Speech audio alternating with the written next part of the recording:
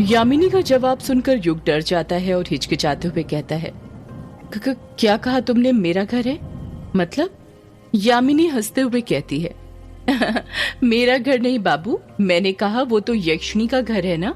यामिनी की बात सुनकर युग कुछ नहीं कहता, बस हाँ में अपना सिर हिला देता है। युग अभी भी यामिनी को देखकर घबरा रहा था। वो फैसला नहीं कर पा रहा था कि उसके सामने जो लड़की बैठी थी वो यामिनी ही है या फिर यक्षिणी।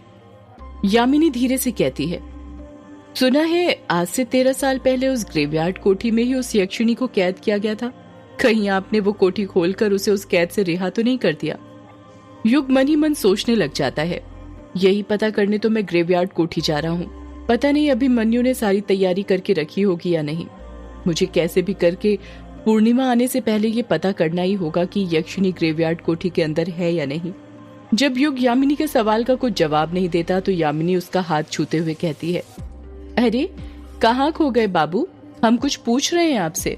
यामिनी के छूने पर युग अपने ख्यालों की दुनिया में से बाहर आ जाता है और कहता है, कहीं भी तो नहीं, तुम बोलो ना यामिनी, क्या बोल रही थी? यामिनी युग की आंखों में देखते हुए कहती है, वो हम बोल रहे थे कि आपको डर नहीं लगता उस कोठी में रहने में? सुना है यक्षिणी बहुत ही शक्तिशाली थी, किश्नोई नदी पार करने वाले मर्दों के साथ संभोग करके उन्हें मार दिया करती थी। बाबू यदि आपको बुरा ना लगे तो एक सलाह दूं? युग झट से कहता है, कैसी सलाह यामिनी? मेरी सलाह यही है बाबू कि यदि कभी गलती से भी अगर यक्षिणी उस कैद से आजाद हो भी जाए तो आप कभी भी ये नदी पूर्णिमा या अमावस्या की रात पार मत करना, वरना वो सबसे पहले आपको ही अपना शिकार बनाएगी। यामिनी की ये बात सुनकर युग का गला सूख गया था। युग यामिनी से अपनी नजरें मिलाते हुए कहता है, क्यों, तुम ऐसा क्यों बोल रही हो यामिनी? यामिनी बेफिक्र होकर बोलती है, क्यों बाबू, आप दिखते ही इतने अच्छे हो कि आपको देखते से किसी भी लड़की का आप पर दिल आ जाए। तो फिर वो तो यक्षिणी है। अगर मैं यक्षिणी होती ना तो आपको ही अपना शिकार बनाती। यामिनी की बात सुनकर युग समझ नहीं पा रहा था कि वो क्या बोले। वो मन ही मन मुस्कुराने लग गया। वो पहली बार एक ऐसी गांव की लड़की को देख रहा था जो ऐसे बेधड़क होकर बातें किया करती थी। यामिनी को देखकर कई बार युग को उसकी एक्स गर्लफ्रेंड शालिनी की याद आई थी। युग की जिंदगी से शालिनी के चले जाने के बाद आज तक युग ने किसी लड़की से इतनी बातें नहीं की थी जितनी नदी पार करते वक्त उसने यामिनी से कर ली थी। पता नहीं क्या जादू था यामिनी के चेहरे और बदन में, जिससे युग चाहकर भी अपने आप को यामिनी से बात करने से नहीं रोक पा रहा था। इस तरफ ग्रेवयार्ड कोठी के अंदर अभिमन्यु, कायर और कछुआ साथ साथ जमीन पर बैठे हुए थे। उन तीनों के सामने शराब की 3 बोतल रखी हुई थी, साथ ही कुछ डिस्पोजल और 2 बिस्लेरी पानी की बोतल भी थी। कछुआ ऊबते हुए कहता है, यार तुम लोग किसका इंतजार कर रहे हो? बोतल सामने रखी है, जल्दी जल्दी पैक बनाओ और कार्यक्रम शुरू करो। कायर कछुए पर बिचकते हुए कहता है, अरे पागल, पहले युग को तो आने दे। जिसकी कोठी है उसकी इजाजत के बिना ही कार्यक्रम शुरू कर देंगे क्या? यार इसमें इजाजत वाली क्या बात हो गई? युग दोस्त है हमारा, वो थोड़ी हमें उसके घर में कार्यक्रम करने से मना करेगा। आखिर वो दोस्त ही क्या जिसकी प्रॉपर्टी यूज करने से पहले आपको उसकी इजाजत लेनी पड़े। हाँ सही कहा, वैसे भी ये दोस्ती में तेरा मेरा नहीं होता, दोस्ती में सब दोस्तों का ही होता है। कायर अभिमन्यु के कंधों पर हाथ मारते हुए कहता है, क्यों अभिमन्यु, क्या बोलता है, शुरू करें कार्यक्रम? अभिमन्यु कायर की बात का कुछ जवाब नहीं देता। वो तो मन ही मन कायर और कछुए को गालियां दे रहा था। सोच रहा था पता नहीं इन दोनों कमीनों को कैसे भनक लग गई कि मैं यहाँ पर हूँ और साले यहाँ पर आ गए कार्यक्रम करने। सोचा था आज अपने भूत पकड़ने वाले डिवाइस की मदद से यक्षिणी का पता लगाऊंगा कि वो ग्रेवयार्ड कोठी में है या नहीं, पर इन दोनों बेवकूफों ने सब चौपट कर दिया।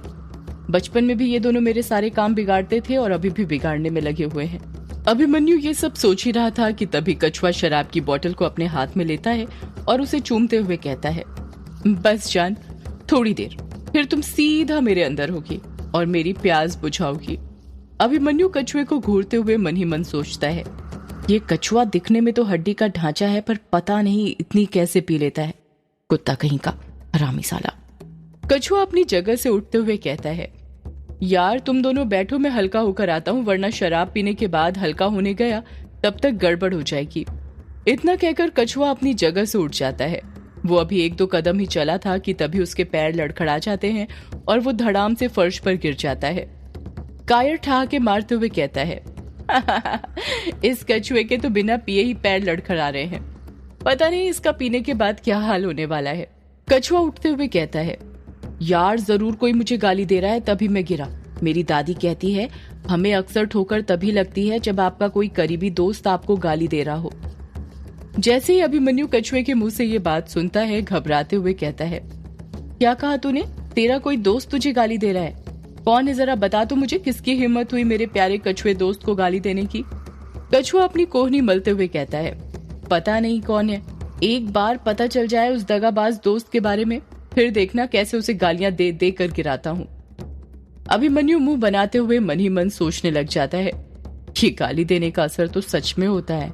कायर अभिमन्यु और कछुए को टोकते हुए कहता है, यार तुम दोनों ये फालतू की बातें करना बंद करोगे? और अभिमन्यु तू बता क्या करना है, युग का इंतजार करें या नहीं, या फिर उसके बिना ही कार्यक्रम शुरू करें? कछुआ वापस से अपनी जगह पर उठते हुए कहता है, यार उसका इंतजार क्या करना, वैसे भी वो कहाँ पर पीता है, हम तीन ही तो हैं पीने वाले, वो तो बस हमारा मुंह ताकता रहता है। अभिमन्यु कुछ सोचते हुए कहता है, यार कछुए बात तो तेरी सही है, पर फिर भी एक बार उसे बता देते तो सही रहता। वो दोस्त हुआ तो क्या हुआ, फिर भी आखिर ये उसका घर है, उसकी इजाजत के बिना हम यहाँ पर कुछ नहीं कर सकते। कायर कहता है, यार तो उसे फोन करके पूछ लेना हम यहाँ पर कार्यक्रम कर लें क्या, और ये भी पूछ लेना कि वो आ रहा है या नहीं। वैसे भी रात के 1 बज गए हैं, मुझे नहीं लगता वो इतनी रात में नदी पार करेगा। मैं तो शाम से ही उसे फोन लगा रहा हूँ, पर मोबाइल स्विच ऑफ बता रहा है उसका। यार तुझे तो पता ही है रौंका मुझा गाँव में अक्सर लाइट की प्रॉब्लम होती है, और मैंने कहा ना वो नहीं आने वाला। आज 13 साल बाद अपने रिश्तेदारों से मिलने गया है, तो एक दिन तो वहां पर रुक कर ही आएगा ना।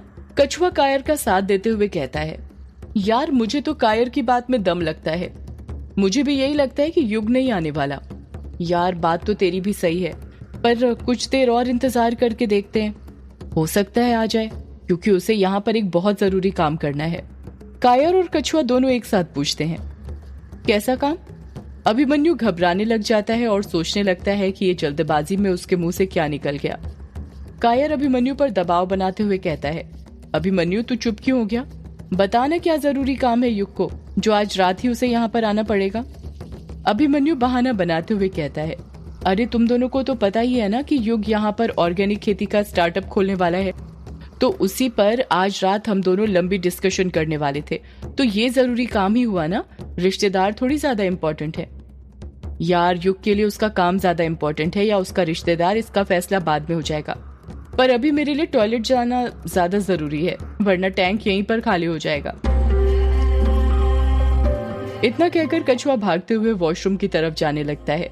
इस तरफ यामिनी और युग किश्नोई नदी के बंगला मुडा घाट के किनारे पहुंचने वाले थे। युग अभी भी यामिनी को देखे जा रहा था, उसकी उससे नजर ही नहीं हट रही थी। पता नहीं क्या जादू कर दिया था यामिनी ने युग के ऊपर। यामिनी डोंगी का चप्पू चला ही रही थी कि वो चप्पू चलाना रोक देती है और कहती है, बाबू बंगला मुड़ा घाट आ गया। युग अपने ख्यालों की दुनिया में से बाहर आते हुए कहता है, क्या कहा? घाट आ गया इतनी जल्दी? जल्दी कहाँ बाबू, पूरा आधा घंटा लगा है नदी पार करने में। अरे आधा घंटा हो गया, मुझे पता ही नहीं चला तुम्हारे साथ बातें करते करते। युग ने इतना ही कहा था कि तभी आसमान में जोर से बिजली चमकती है।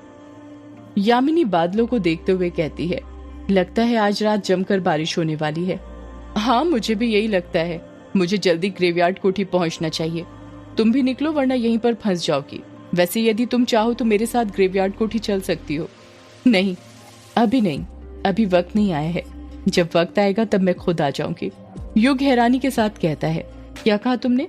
मैंने कहा बाबू अभी मैं नहीं आ सकती, घर पर मेरे बीमार बाबा मेरा इंतजार कर रहे हैं ना। अरे हाँ मैं तो भूल ही गया था, तुम्हारे बाबा भी हैं एक। इतना कहकर युग अपनी पैंट की जेब में से पर्स निकालता है और उसमें से 200 रुपए निकालकर यामिनी को दे देता है। यामिनी झट से वो पैसे ले लेती है। यामिनी के चेहरे की मुस्कान देखकर ऐसा लग रहा था जैसे उसे उन पैसों की सख्त जरूरत थी। युग डोंगी से नीचे उतरने लग जाता है, पर तभी उसे कमल के फूलों की खुशबू आने लग जाती है और वो जहाँ पर था वहीं पर रुक जाता है। धीरे धीरे कमल के फूलों की खुशबू बढ़ने लग गई थी और सीधे युग के नथनों में घुसने लग गई थी। कमल के फूल की खुशबू यामिनी के पास से आ रही थी। युग खुशबू को सूंघते हुए यामिनी के पास जाने लग जाता है। यामिनी घबराते हुए कहती है, ये आप क्या कर रहे हो बाबू? हमारे करीब क्यों आ रहे हो इतना? युग यामिनी के सवाल का कुछ जवाब नहीं देता।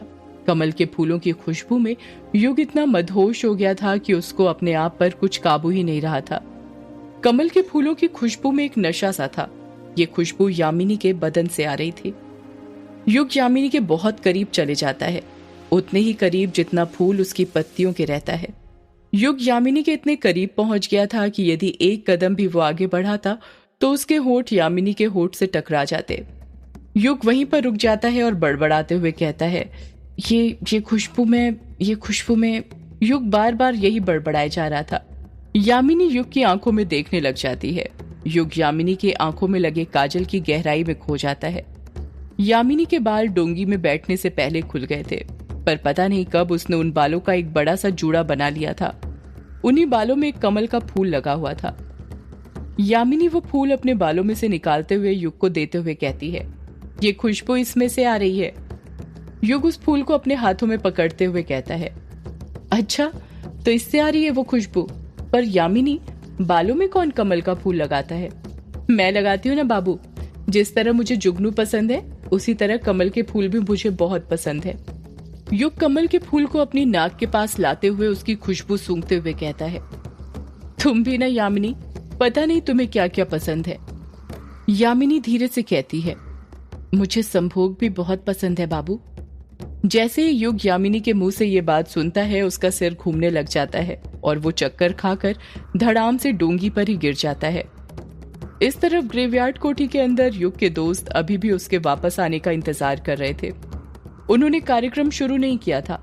कायर, कछुआ और अभिमन्यु तीनों की नजरें शराब की बोतल पर गड़ी हुई थी।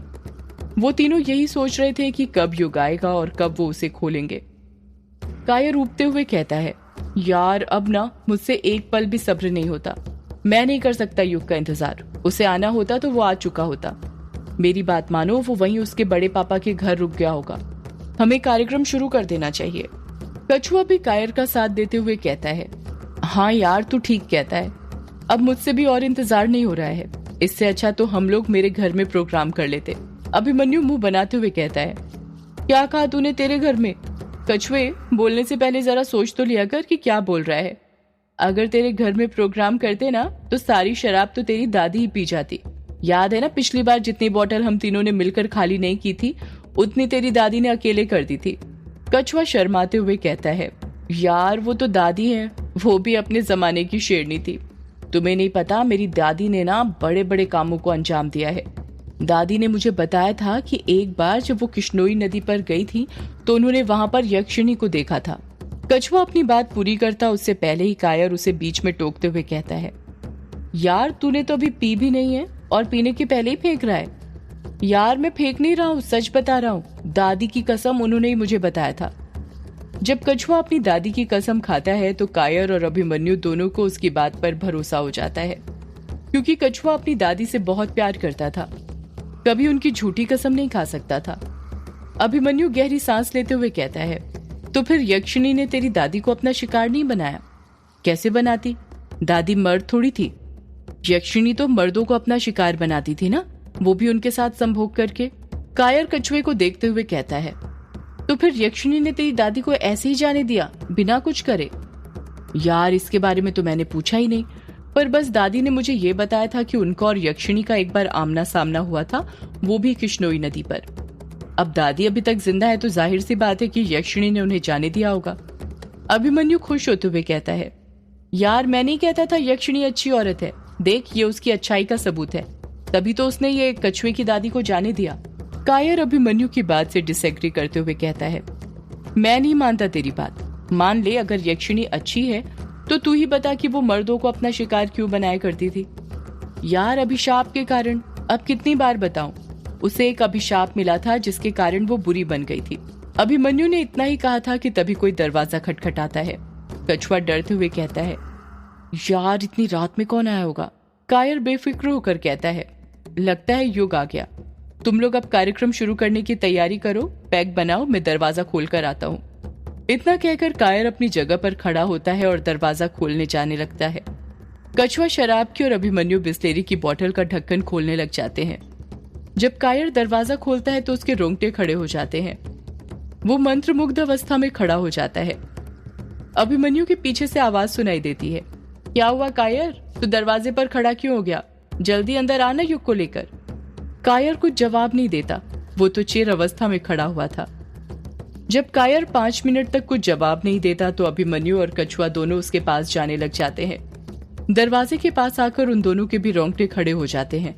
ऐसा लग रहा था जैसे तीनों ने कुछ ऐसा देख लिया था जो उन्हें नहीं देखना चाहिए था। सदियों से है पुरानी ये है यक्षिणी की कहानी। यक्षिणी एक आग है, यक्षिणी तेरा ख्वाब है।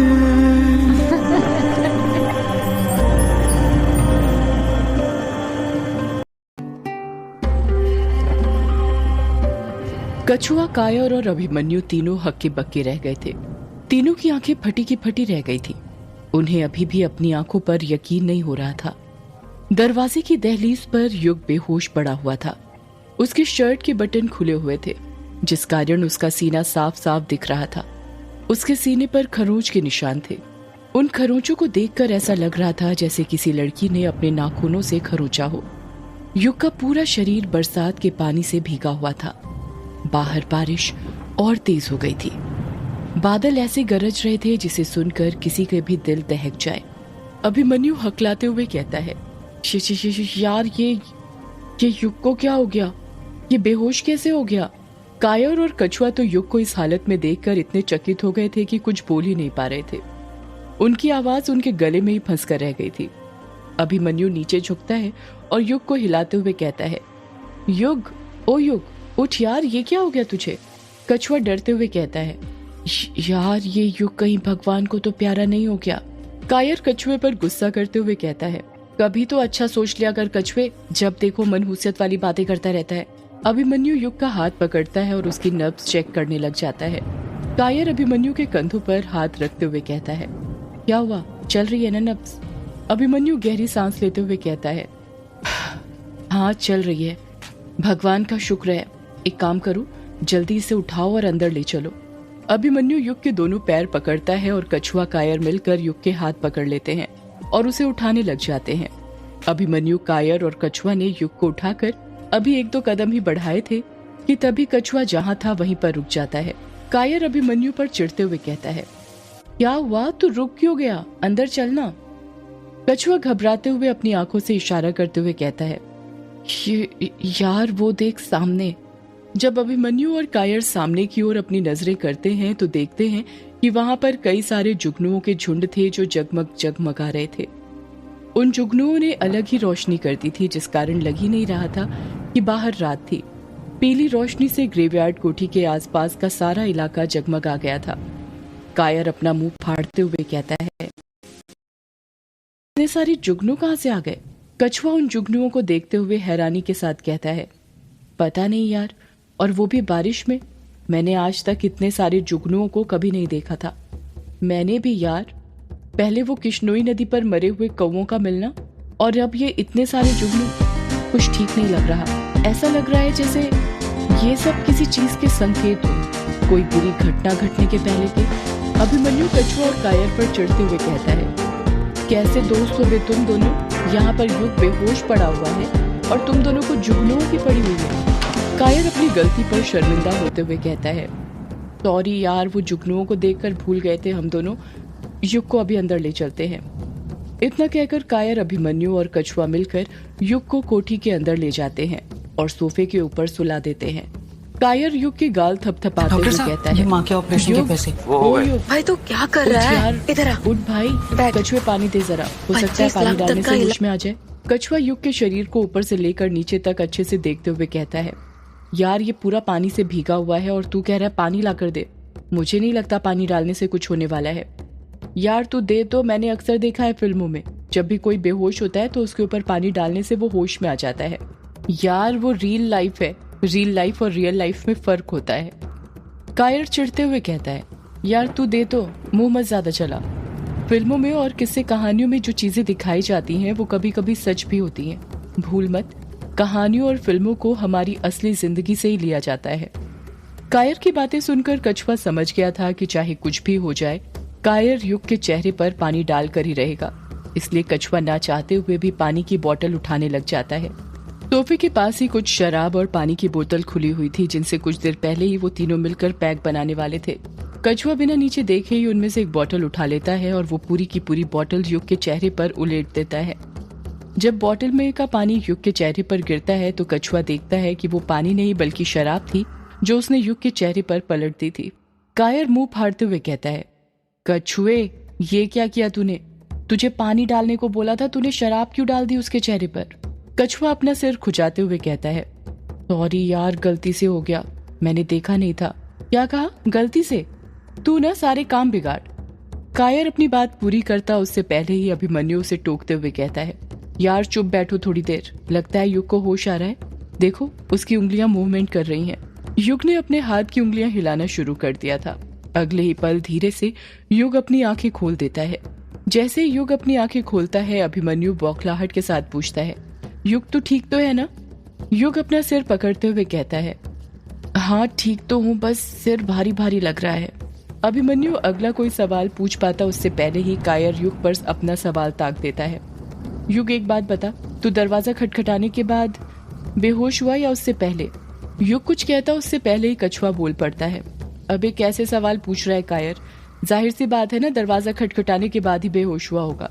कोई भूत थोड़ी दरवाजा खटखटाकर भाग जाएगा। क्यों युग, मैंने सही कहा ना? तू दरवाजा खटखटा कर बेहोश हो गया था ना? ये सब छोड़ और ये बता, तू बेहोश कैसे हो गया था? युग अपने सिर पर दबाव बनाते हुए बड़बड़ाते हुए कहता है, मैं बेहोश कैसे हुआ? वो लड़की। अभिमन्यु अपनी आंखें बड़ी करते हुए कहता है, तू किस लड़की की बात कर रहा है युग? वही यार जिसने मुझे नदी पार करवाई थी। वो लड़की कमल का फूल। कायर अपना सिर खुजाते हुए कहता है, ये लड़की तक तो ठीक था, पर अब बीच में कमल का फूल कहाँ से आ गया? गुलाब का होता तो चल भी जाता, क्योंकि लड़कियों को गुलाब के ही फूल दिए जाते हैं, पर कमल का फूल? लिटरली? कायर हैरानी के साथ पूछता है, तू किस लड़की की बात कर रहा है युग? यार मुझे ना रोंका मुचा घाट पर एक लड़की। युग ने अभी इतना ही कहा था कि तभी उसे शराब की गंध आने लग जाती है। वो अपने कपड़ों की गंध लेते हुए कहता है, ये मेरे कपड़ों में से शराब की बदबू क्यों आ रही है? कछुआ अपना सिर झुकाते हुए कहता है, यार सॉरी यार, वो तू बेहोश था तो पानी डालने के चक्कर में मैंने गलती से तेरे ऊपर शराब डाल दी। युग इस बात पर कुछ रिएक्शन देता उससे पहले ही अभिमन्यु युग से पूछता है, युग तू इतनी रात में क्यों आया? तुझे नदी पार करने की क्या जरूरत थी? देखा नहीं बाहर कितनी जोरदार बारिश हो रही है? यार कुछ नहीं, वही पुरानी बात। बचपन में पहले पापा का बड़े पापा के साथ झगड़ा होता था और अब मेरा। उन्होंने मेरा मूड खराब कर दिया, इसलिए यहाँ पर आ गया। अभिमन्यु हैरानी के साथ कहता है, मूड खराब कर दिया? पर कैसे और किस बात पर झगड़ा हो गया? फिर आते ही उनके साथ? युग अपना सिर पकड़ते हुए कहता है, यार अभिमन्यु, अभी ना मेरा किसी सवाल का जवाब देने का मन नहीं कर रहा है। मेरा सिर बहुत दुख रहा है। मैं कल सुबह सब कुछ बताता हूँ ना? ठीक है, तू जा पहले कपड़े चेंज कर ले, फिर सो जाना। हम सुबह बात करते हैं इस बारे में। युग अपनी जगह से उठता है और सीढ़ियां चढ़ते हुए अपने कमरे की तरफ जाने लग जाता है। अभिमन्यु मन ही मन सोचने लग जाता है, लगता है आज मुझे अकेले ही यक्षिणी का पता लगाना पड़ेगा। युग के वहां से जाते ही कछुआ कहता है, यार अब तो युग भी आ गया, आकर अपने कमरे में भी चला गया सोने। अब हम लोग कार्यक्रम शुरू करें? कायर शराब की बोतल उठाते हुए कहता है, हाँ करते हैं शुरू। वैसे भी एक बोतल तो तू पहले ही युग के चेहरे को पिला चुका है। कुछ ही देर में शराब के कई पैक बनते हैं और वो सारे पैक कायर, अभिमन्यु और कछुए के शरीर के अंदर जाते हैं। थोड़ी ही देर में तीनों नशे में धुत हो जाते हैं। कायर और कछुए को सबसे ज्यादा चढ़ी थी, पर अभिमन्यु ने लिमिट से पी थी, क्योंकि उसे पता था कि आज रात उसे एक बहुत जरूरी काम को अंजाम देना था, वो भी अकेले। कायर पैक पीते हुए कहता है, तो अर्ज किया है? कछुआ झट से कायर को रोकते हुए नशे में कहता है, 2 मिनट, एक बात बता, ये तू जब भी शराब पी लेता है तो तेरे अंदर का शायर क्यों जाग जाता है? कायर भी नशे में कहता है, तू नहीं समझेगा कछुआ, ये शराब चीज ही ऐसी है, अंदर जाती है तो सारी गम बाहर निकाल देती है। यार मेरे अंदर के गम तो निकालती नहीं, बस जब भी अंदर जाती है तो बहुत सारा सूसू बाहर निकाल देती है। कछुए की बात सुनकर अभिमन्यु हंसने लग जाता है। कायर कहता है, क्योंकि तेरे अंदर गम है ही नहीं कछुए, गम क्या, तेरे अंदर तो साले फीलिंग्स ही नहीं है। तू हम शायर, लेखक, कवि लोगों को नहीं समझ सकता। हमारे अंदर ना बहुत गम होता है, इतना गम कि सागर का पानी भी उसके आगे कम लगे। हम लोगों को जिंदगी में कभी प्यार नहीं मिलता, पर अपनी शायरी कहानी के जरिए हम लोगों को प्यार करना सिखाते रहते हैं, उन्हें प्यार करने की कद्र करना सिखाते रहते हैं। हमारी जिंदगी खुद गमों से भरी रहती है, पर हम लोगों के गम भुलाने के लिए लिखते रहते हैं ताकि उन्हें सुकून के 2 पल मिले, वो शब्द पढ़कर, समझा।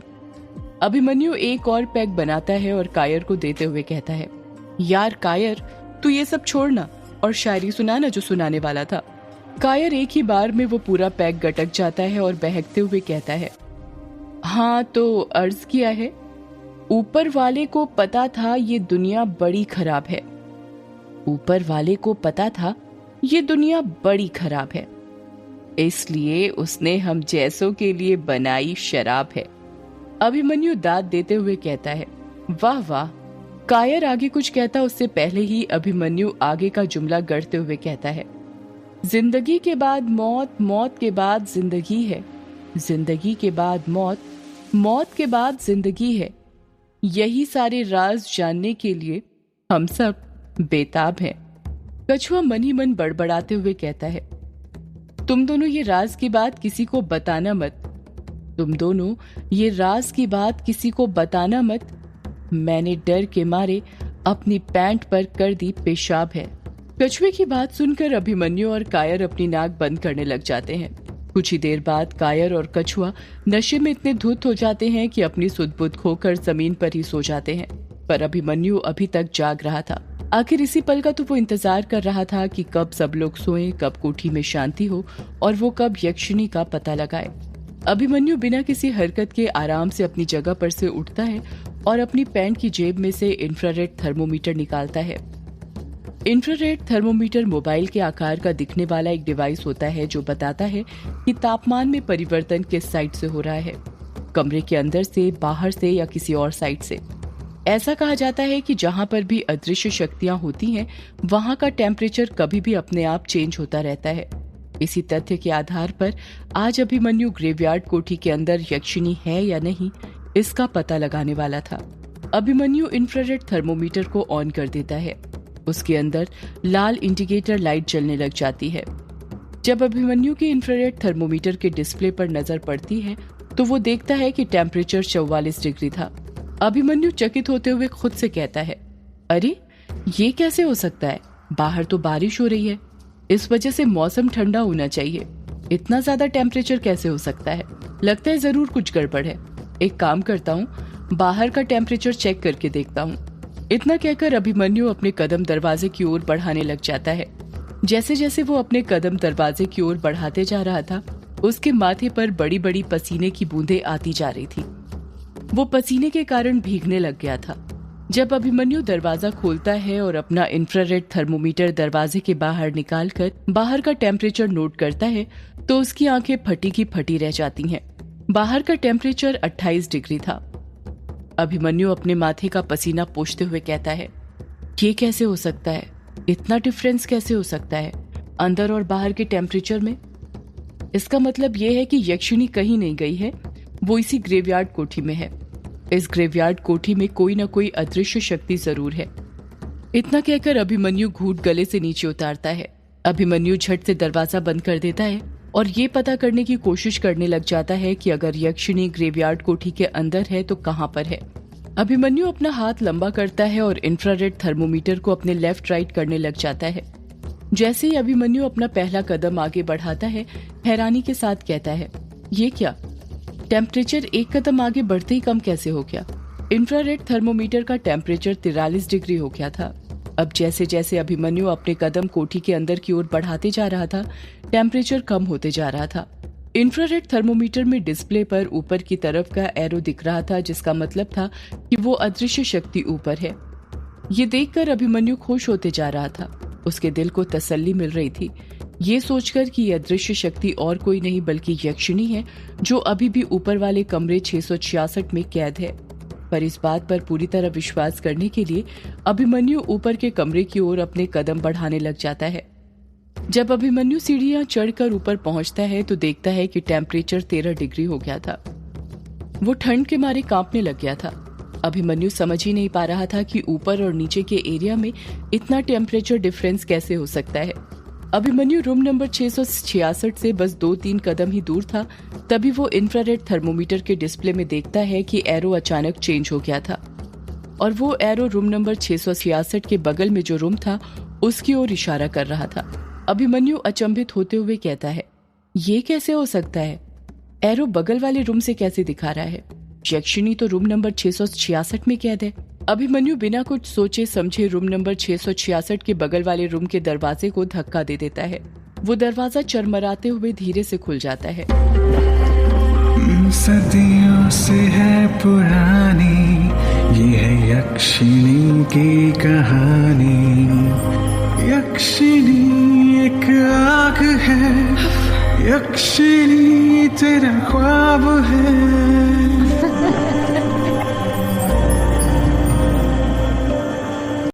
वीडियो को अंत तक देखने के लिए दिल से धन्यवाद। वीडियो पसंद आया हो तो लाइक और शेयर जरूर करें। ऐसे और वीडियो को देखने के लिए फॉलो करें